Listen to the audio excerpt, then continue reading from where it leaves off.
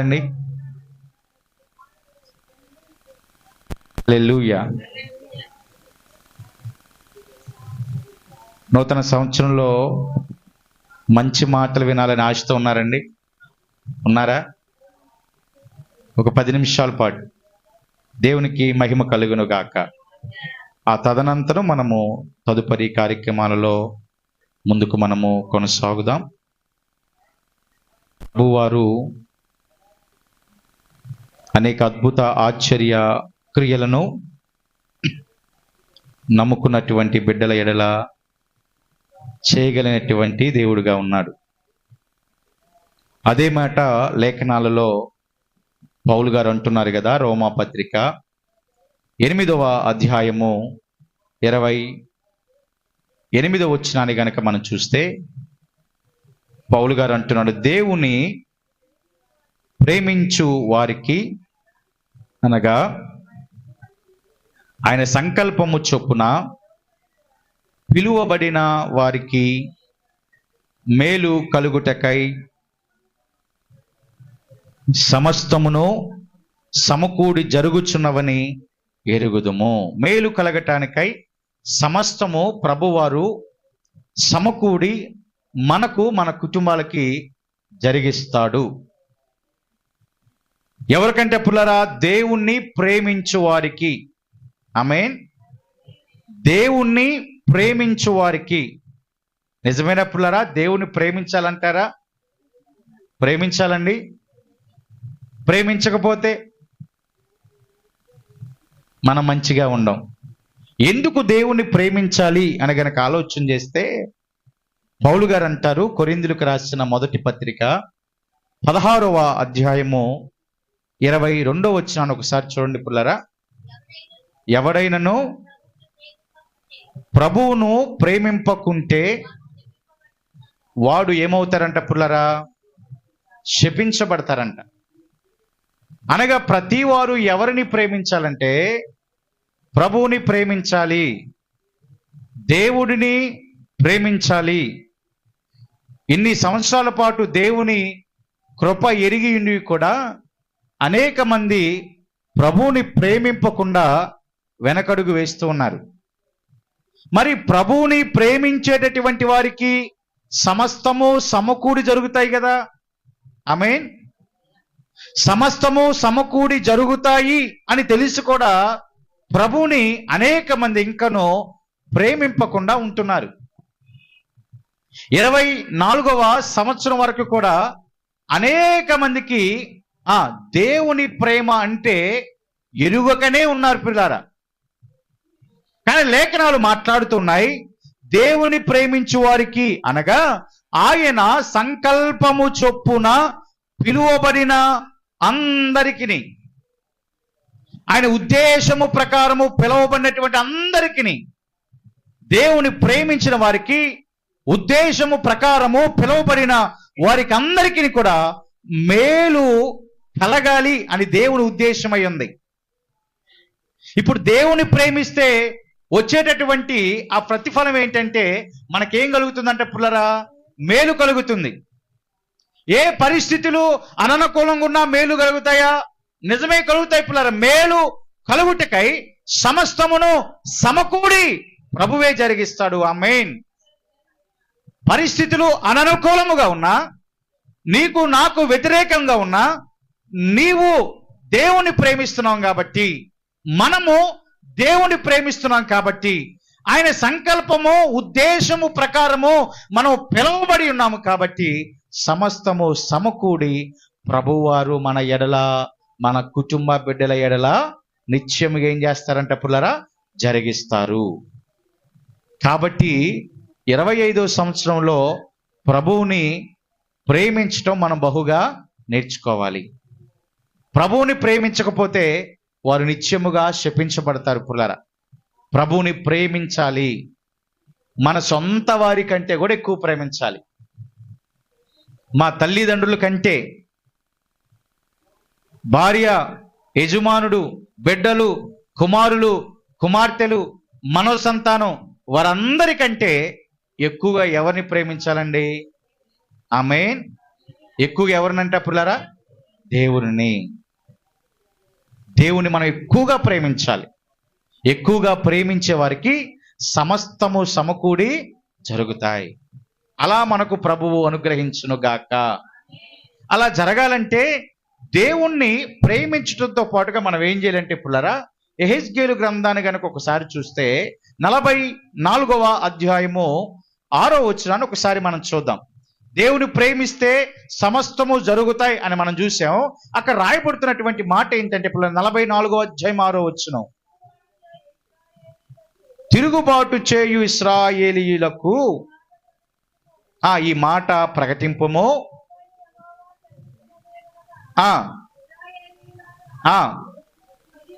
ఇది వరకు మీరు చేసిన హేయ క్రియలన్నీ చాలును.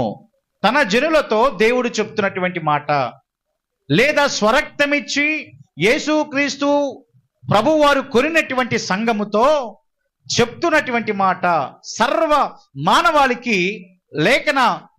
లేఖనాలు చెప్తున్నటువంటి మాట ఏంటంటే పుల్లరా, ఇది వరకు మీరు చేసిన హేయ క్రియలన్నీ చాలు.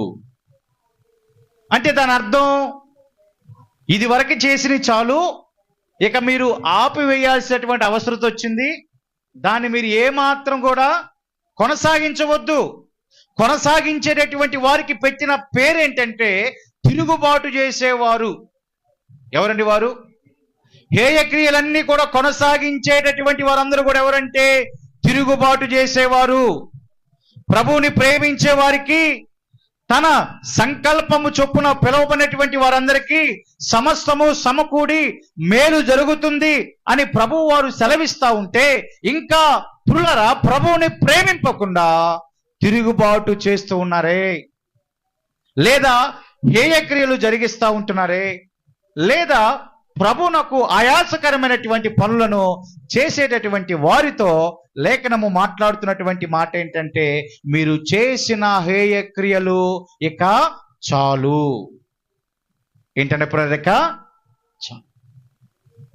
ఇప్పటితో ఇంకా 24తో ఇక చాలు. 25లో ఆ హేయ క్రియలన్నీ కూడా మరి చేయుట మనము ఆపివేయినట్లయితే సమస్తము సమకూడి ప్రభు మనకు, మన కుటుంబాలకి జరిగిస్తాడండి. కాబట్టి తిరుగుబాటు చేసే స్వభావం మనలో ఉండొద్దు. యజమానురాలు మీద తిరుగుబాటు చేయొద్దని. యజమానుడి మీద తిరుగుబాటు చేయదు. బిడ్డలు తల్లిదండ్రుల మీద తిరుగుబాటు చేయదు. అందరూ కలిసి నిన్ను నన్ను సృష్టించిన దేవుని మీద ఎట్టి పరిస్థితిలో తిరుగుబాటు చేయొద్దు. ఆ తిరుగుబాటు చేయటం ఏంటంటే హేయ క్రియ. ఇది వరకు చేసిన హేయ క్రియ చాలు, ఇక ఆపేసి ప్రభుని ప్రేమించడం మొదలు పెడితే, ప్రభుని ఆశ్రయించడం మొదలు పెడితే, ప్రభు యొక్క కనికరము కోసము గనక మనము నడవగలిగినట్లయితే సమస్తము సమకూడి ప్రభు మన ఎడల జరిగిస్తారు. అదే యెహెజ్కేలు గ్రంథంలో మరొక చక్కని మాట రాయబడి ఉంటుంది పుల్లరా. 5వ అధ్యాయం ఒకసారి చూడండి పుల్లరా. 5వ అధ్యాయము 1వ వచనాన్ని ఒకసారి మనం చదువుదాం.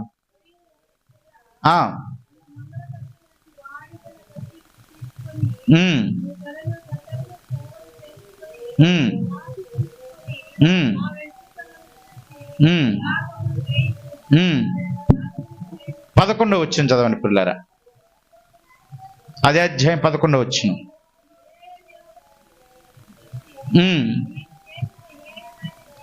హేయమైన క్రియలన్నిటి చేత నా పరిశుద్ధ స్థలమును చూడు పుల్లరా. హేయ క్రియలు ఇక చాలు అన్నారు కదా. హేయ క్రియలు చేస్తే ఏమవుతుంది అని లేఖనాలు మాట్లాడుతున్నాయంటే, పరిశుద్ధ స్థలం ఏమవుతుందంట? అపవిత్రపరచబడుతుంది. పరిశుద్ధ స్థలం ఏమవుతుందంటే, ఇక హేయ క్రియలు చాలన్నాడు, చేస్తే ఏమవుతుంది? పరిశుద్ధ స్థలము. ఏది పరిశుద్ధ స్థలం అంటే మన హృదయమే పరిశుద్ధ స్థలం అండి. ఆమేన్. హృదయము దేవాలయముతో పోల్చబడింది కదా ప్రియులారా. ఇప్పుడు హేయ క్రియలు చేస్తే లేఖనాల్లో రాయబడుతున్నటువంటి మాట, పరిశుద్ధ స్థలము అపవిత్రమవుతుంది. హృదయం అంతా అపవిత్రమవుతుంది. అప్పుడు మేలు మనకేమాత్రం జరగదు పురులారా. సమస్తము సమకూడి మన ఎడల, మన కుటుంబాల ఎడల జరగదు. హృదయం అంతా అపవిత్రమైపోతే, పరిశుద్ధ స్థలమంతా అపవిత్రమైపోతే, మనం చేస్తున్నటువంటి హేయక్రియలను బట్టి ప్రభువుని ప్రేమించకుండా, ఆయన సంకల్పము ప్రకారము నడవకుండా, మనము హేయక్రియలు, ఇది వరకు చేసిన హేయక్రియలు చేస్తూ ప్రభు ఎడల తిరుగుబాటు చేస్తూ మనం జీవిస్తే హృదయం అంతా ఏమవుతుందంటే పులరా, అపవిత్రమవుతుంది. మా హృదయం ఏమవుతుంది? అపవిత్రమవుతుంది. అపవిత్రమైతే సమస్తము సమకూడి జరగవు. ఎన్ని సంవత్సరాలు గడిచినా జరగదు పులరా. 25 పోయి 26 వచ్చినా, 26 పోయి 27 వచ్చినా పులరా, ఎన్ని సంవత్సరాలు గడిచినా తిరుగుబాటు స్వభావం ఉంటే, హేయక్రియలు చేసే స్వభావం ఉంటే, లేకపోతే పవిత్ర స్థలము లేకపోతే హృదయము అపవిత్ర పరచబడినట్లయితే, అపవిత్రంగా ఉంటే సమస్తము సమకూడి మన ఎడల, మన బిడ్డల ఎడల ఏమాత్రము కూడా జరగవు. కానీ ప్రభు ఉద్దేశం ఏంటంటే 25వ సంవత్సరంలో ప్రభు యొక్క ఆశ ఏంటంటే నీకు మేలు కలగాలి అని. ఎవరికంటే పుల్లారా, మనకి మేలు కలగాలి. మనందరికీ పుల్లరా, దేశ జనాభా మాత్రమే కాదు కానీ ప్రపంచ జనాభా అందరికీ కూడా ప్రభువారి ఉద్దేశము ఏమై ఉందంటే అందరికీ మేలు కలగాలి. ఆమేన్. మేలు కలగాలంటే మొదటిది దేవుణ్ణి ప్రేమించాలి. ఏం చేయాలంటండి? దేవుని ప్రేమించాలి. ప్రేమించకపోతే వారు ఏమవుతారు? శపించబడతారు. దేవుణ్ణి ప్రేమించిన వారు శపించబడతారు పుల్లారా. రెండోది, అసహ్య క్రియలు, హేయ క్రియలన్నీ కూడా ఇక వదిలిపెట్టేసేయాలి. ఇది వరకు చేసిన హేయ క్రియలన్నీ చాలును. వారెవరంటే తిరుగుబాటుదారులు. వాక్యం ప్రకారం జీవిస్తున్న ఇంకా తిరుగుబాటు స్వభావంతో గనుకుంటే వారి హృదయం అంతా ఏమైపోతుందంటే పుల్లారా, అపవిత్రమైపోతుంది. హృదయం అంతా కూడా అపవిత్రంగా అయిపోతుంది. హృదయము అపవిత్రంగా ఉంటే ప్రభుని మనసారా స్తుతించలేం, ప్రభుని మనసారా కొనియాడలేం. ఇంటిలో కొంత గందరగోళ స్థితి ఉంటేనే మనకు ప్రశాంతత ఉండదు. గోలగాలుగా ఉంటే ఇంటిలో మనకి ప్రశాంతత ఉండదు పుల్లారా. అలాంటిది హృదయము అనే దేవాలయంలో అపవిత్రత, అలజడి ఉంటే ఏమాత్రము మనసారా ప్రభుని మనం స్తుతించలేం, మనసారా ప్రభుని మనం ఏమాత్రం కూడా కొనియాడలేం. కాబట్టి హృదయము పవిత్రముగా చూసుకోవాల్సినటువంటి అవసరం ఉంది. పరిశుద్ధ స్థలమైనటువంటి హృదయాన్ని పవిత్రముగా చూసుకోవాలి. అలా చూసుకోవాలంటే తిరుగుబాటు చేయకూడదు. హేయ క్రియలు, ప్రభునకు ఇష్టము లేనటువంటి పనులను ఏమాత్రం కూడా మనం చేయకుండా ఈ సంవత్సరం అంతా మనము కొనసాగలిగినట్లయితే సమస్తము సమకూడి ప్రభువారు మనకు మేలు జరిగిస్తాడని. కాబట్టి దేవుని ప్రేమిద్దామండి. ఇంకా ప్రేమించడం ఎక్కువగా నేర్చుకుందాం. దేవుని ప్రేమించడం ఇంకా ఎక్కువగా నేర్చుకుందాం. దేవుని ప్రేమించడం అంటే పుల్లారా, లేని వారికి కలిగి ఉన్నటువంటి దాన్ని ఇవ్వటమే దేవుని ప్రేమించుట కదా పుల్లారా. లేని వారికి, అక్కరలో ఉన్న వారికి మనం కలిగి ఉన్నటువంటి దాన్ని ఇవ్వటమే దేవుణ్ణి ప్రేమించుట. ఆపదల్లో ఉన్నటువంటి వారిని ఆదుకోవటమే దేవుణ్ణి ప్రేమించుట. సహాయం కోసం వచ్చినటువంటి వారిని పుల్లారా, మనకు కలిగినటువంటి దాంతో వారిని తృప్తిపరిచి పంపించటమే దేవుణ్ణి ప్రేమించుట. దేవునికి మహిమ కలుగును గాక. కాబట్టి దేవుని ప్రేమించాలని ఇవన్నీ పనులను 25వ సంవత్సరంలో మనము మన శక్తి మేర, ఎంత శక్తి ఉందో అంత మనం చేయగలిగినట్లయితే, ఆయన సంకల్పము ప్రకారంగా మనం పిలువబడ్డాం కాబట్టి మనకి మేలు ఆటోమేటిక్గా కలుగుతుంది. కాబట్టి ఎట్టి పరిస్థితుల్లో తిరుగుబాటు స్వభావం వద్దు. కుటుంబం మీద, ఎవరి మీద తిరుగుబాటు స్వభావం వద్దు. హేయ క్రియలు ఇక చాలు అని లేఖనం స్పష్టంగా మనతో మాట్లాడుతుంది. దేవుడే స్పష్టంగా మనతో మాట్లాడుతూ ఉన్నారు.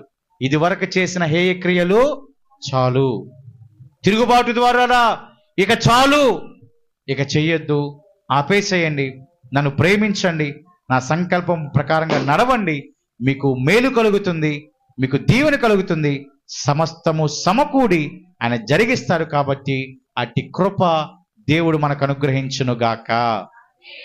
అందరూ మేలుతో నింపబడాలని ఆశపడుతున్నారా పిల్లరా? ఆమేన్, హల్లెలూయా. 25వ సంవత్సరము పిల్లరా, మేలు కోసం ఎదురు చూస్తున్నటువంటి మనకు సమస్తము సమకూడి ఆయనే జరిగించబోతున్నాడు. పరిస్థితులు అననుకూలమైన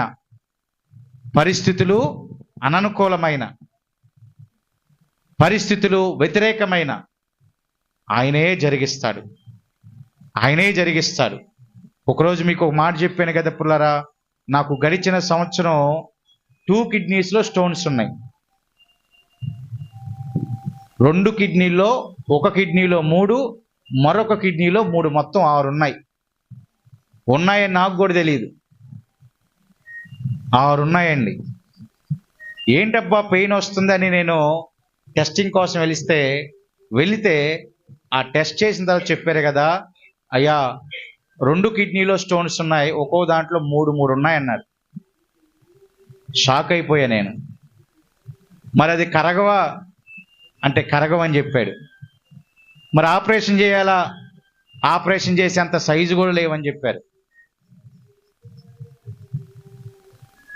ఎవరికి తెలియదు, ఇంట్లో వాళ్ళకి కూడా తెలియదండి.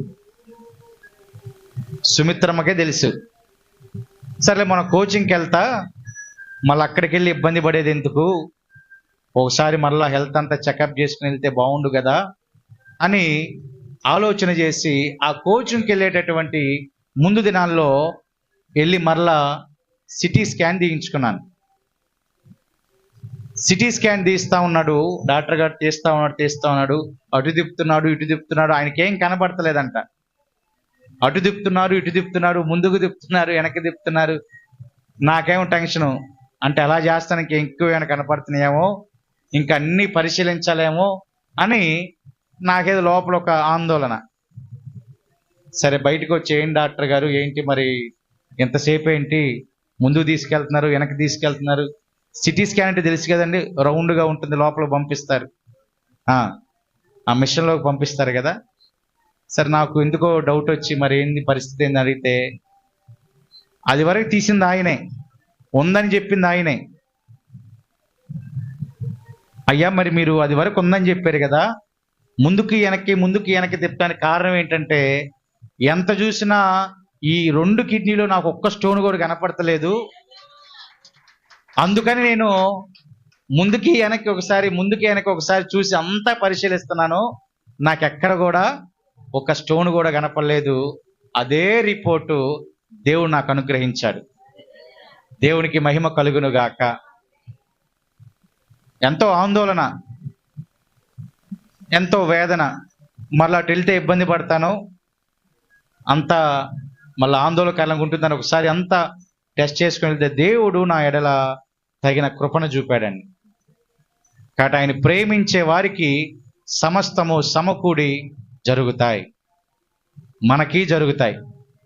ఇక్కడ ఉన్నటువంటి అందరికీ ప్రభు జరిగిస్తాడండి. ఎందుకంటే ఆయన అందరినీ ప్రేమిస్తున్నాడు. దేవునికి మహిమ కలుగును గాక. ఆయన అందరినీ ప్రేమిస్తున్నాడు. పుల్లారా, అందరి ఎడల ప్రేమ కలిగి ఉన్నాడు. అందరి ఎడల దేవుడు ప్రేమ కలిగి ఉన్నాడు. కాబట్టి మనము ఆయన ప్రేమిస్తే, ఆయన సంకల్పము ప్రకారంగా నడిస్తే సమస్తము సమకూడి మన పక్షమై జరుగుతుంది. కాబట్టి తిరుగుబాటు చేయొద్దు పుల్లారా. హేయ క్రియల జోలికి వెళ్ళి మన హృదయాన్ని అపవిత్రం చేసుకోవద్దు. అపవిత్ర పరిస్తే మనసారా ప్రభుని స్తుతించలేం, గణపరచలేం. కాబట్టి నిశ్చయముగా దేవుని ప్రేమించే వారిగా ఈ సంవత్సరం అంతా అతి దయ, కృప, కనికరము ప్రభువు మన ఎడల చూపునుగాక. దేవుడి మాటలను దీవించునుగాక. వితమైన వాక్యాన్ని బట్టి ప్రార్థన చేద్దాం. ప్రార్థన అనంతరము ప్రభువారు మనకు సిద్ధపరిచిన వాగ్దానములను మనం స్వీకరిద్దామండి. అందరు మోకరిద్దాం. దేవుడిని ప్రేమించే వారికి, ఆయన ఉద్దేశము ప్రకారంగా పిలువబడిన ప్రతి వారికి మేలు కలుగుటకై సమస్తము సమకూడి జరుగుతున్నాయి అని ఆయన స్పష్టంగా మనతో మాట్లాడారు.